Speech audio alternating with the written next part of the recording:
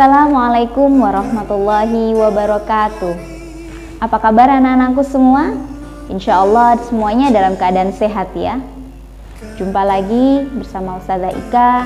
Kita akan belajar bersama-sama di sini dalam pelajaran PAI. Beberapa hari yang lalu kalian sudah belajar pelajaran IPS. Di sana dibahas tentang bumi. Bagaimana bentuk daratan, bagaimana luasnya lautan, bagaimana indahnya pulau-pulau yang ada di Indonesia. Tahukah kalian anak-anakku bahwasanya bumi kita akan berhenti berputar?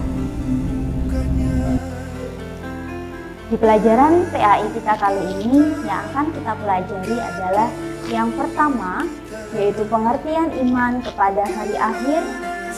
Yang kedua, pembagian hari akhir. Yang ketiga, tanda-tanda hari akhir. Yang keempat, tahapan-tahapan pembagian hari akhir. Dan yang kelima adalah hikmah kita beriman kepada hari akhir.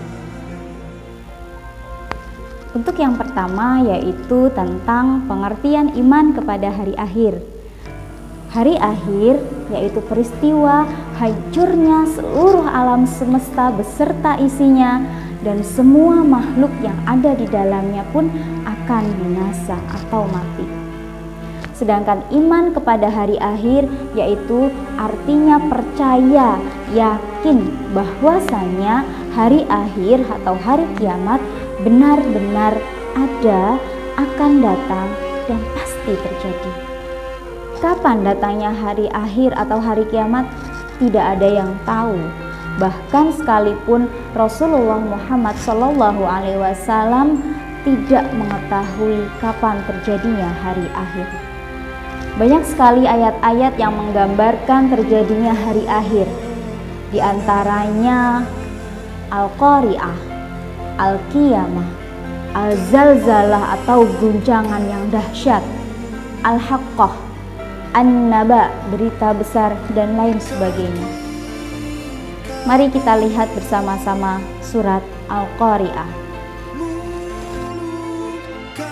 Surah Al-Qari'ah. Bismillahirrahmanirrahim. Al-Qari'ah. Hari kiamat. Mal Qari'ah. Apakah hari kiamat itu? Wa ma adraka mal Qari'ah. Dan tahukah kamu apakah hari kiamat itu? Yawma yakunun nasu kal farashil mabthuth. Pada hari itu manusia seperti larun yang berterbangan. Wa takunul jibalu kal 'ihnil manfush. Dan gunung-gunung seperti bulu yang dihambur-hamburkan. Fa amma man thaqulat mawazinuhu. Maka adapun orang yang berat timbangan amal kebaikannya, Fa huwa fi 'ishatir radiyah. maka dia berada dalam kehidupan yang menyenangkan. Wa amma man khaffat mawazinuhu. Dan adapun orang yang ringan timbangan kebaikannya, Fa ummuhu hawiyah. maka tempat kembalinya adalah neraka hawiyah. Wa ma adraka ma hiyah. Dan tahukah kamu apakah neraka hawiyah itu? Narun hamiyah. Yaitu api yang sangat panas. Dalam surat Al-Qari'ah tadi digambarkan bahwasanya yauma yakunun nasu kal farashil mabthuth. Manusia seperti laron-laron yang berterbangan. Wa takunul jibalu kal 'ihnil manfush. Dan gunung-gunung seperti kapas yang berhamburan. Kalian tahu anak-anak kapas? Kapas sangat ringan. Padahal yang kita ketahui sekarang gunung-gunung itu sangatlah kokoh, sangatlah besar. Tetapi pada hari kiamat dia akan bertebaran seperti kapas. Pada hari kiamat nanti bumi akan memuntahkan seluruh isinya.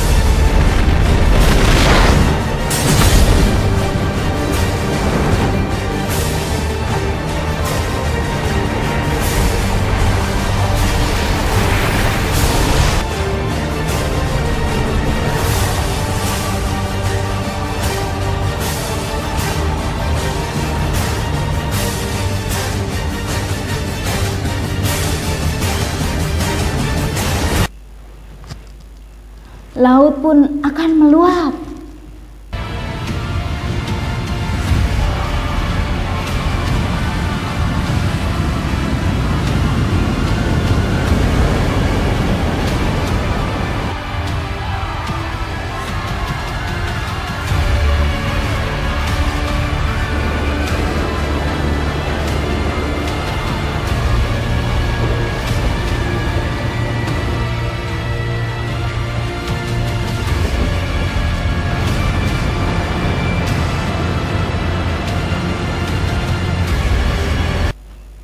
Sedang langit yang kita ketahui kokoh, dia akan runtuh dan seluruh benda-benda langit akan berjatuhan menjatuhi bumi kita.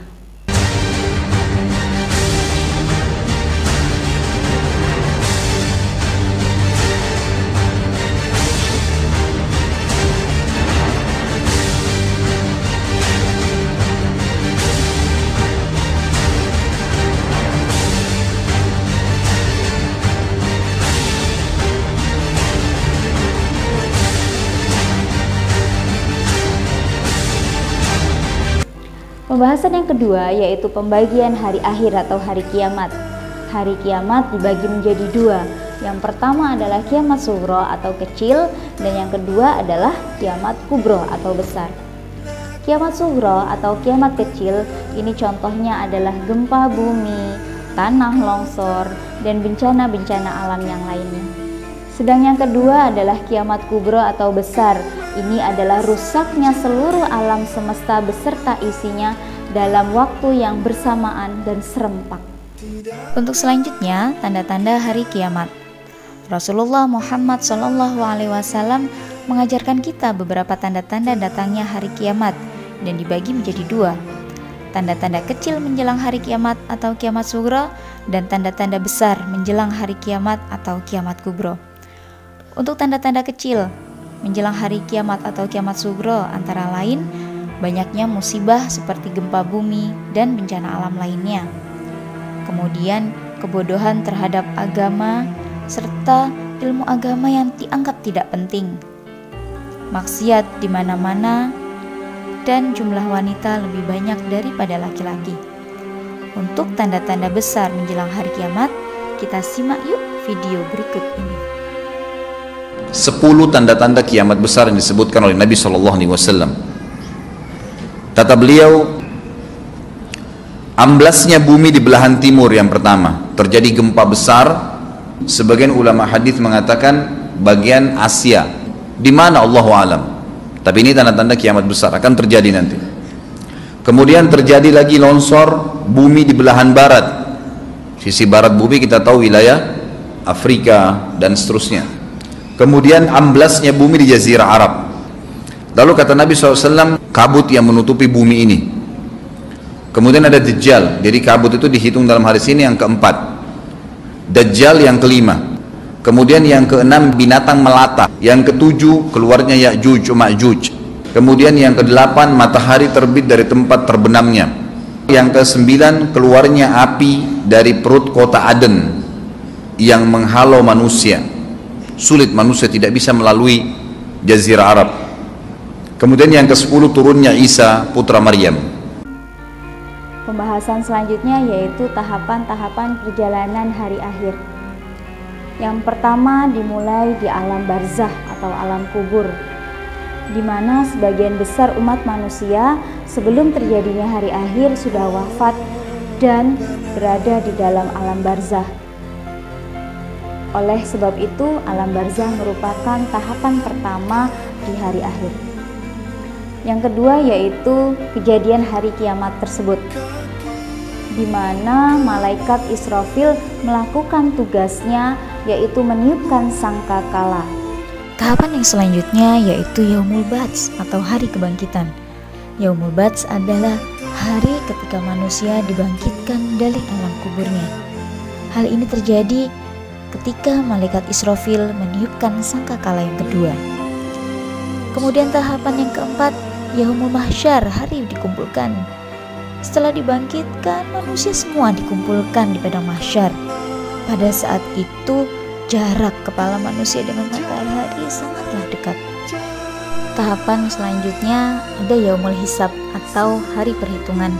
Setelah tadi manusia dikumpulkan di padang mahsyar, maka tahapan selanjutnya adalah perhitungan, menghitung amalan apa saja yang dikerjakan manusia selama hidupnya. Kemudian ada Yaumul Mizan, hari penimbangan.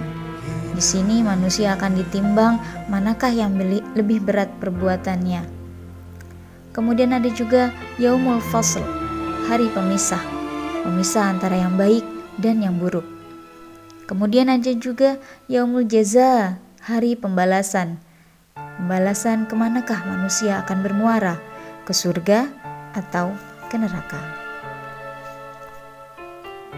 Yang selanjutnya yaitu hikmah beriman kepada hari akhir. Hikmah beriman kepada hari akhir yang pertama, kita akan semakin bertambah yakin akan kebesaran dan kekuasaan Allah Subhanahu wa Ta'ala. Yang kedua, kita tidak akan menunda-nunda berbuat kebaikan.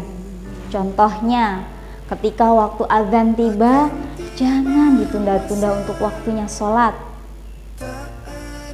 Kemudian ketika ada orang lain butuh bantuan, sebaiknya segera kita membantu mereka. Tilawah, qiyamul lail, dan sebagainya. Ayo anak-anak, jangan ditunda. Yang ketiga, kita bisa menghindari dari perbuatan-perbuatan yang dilarang oleh Allah dan menjalankan apa yang Allah Sekian pembahasan materi kita kali ini. Hikmah yang keempat, untuk selanjutnya kita akan anak-anak mengerjakan akhlak tugas dan budi di pekerti buku yang mulia, Al-Qalam halaman seperti yang 25 Rasulullah sampai SAW 28, contohkan. Romawi Dan yang 1 kelima, sampai kita bisa 3. bersikap jujur, Mengerjakannya di buku disiplin, tulis, kemudian bertanggung hasil dari jawab pengerjaan terhadap tersebut apa yang kita difotokan kerjakan. dan dikirim ke ustazah ya. Sekian dari ustazah. Wassalamualaikum warahmatullahi wabarakatuh.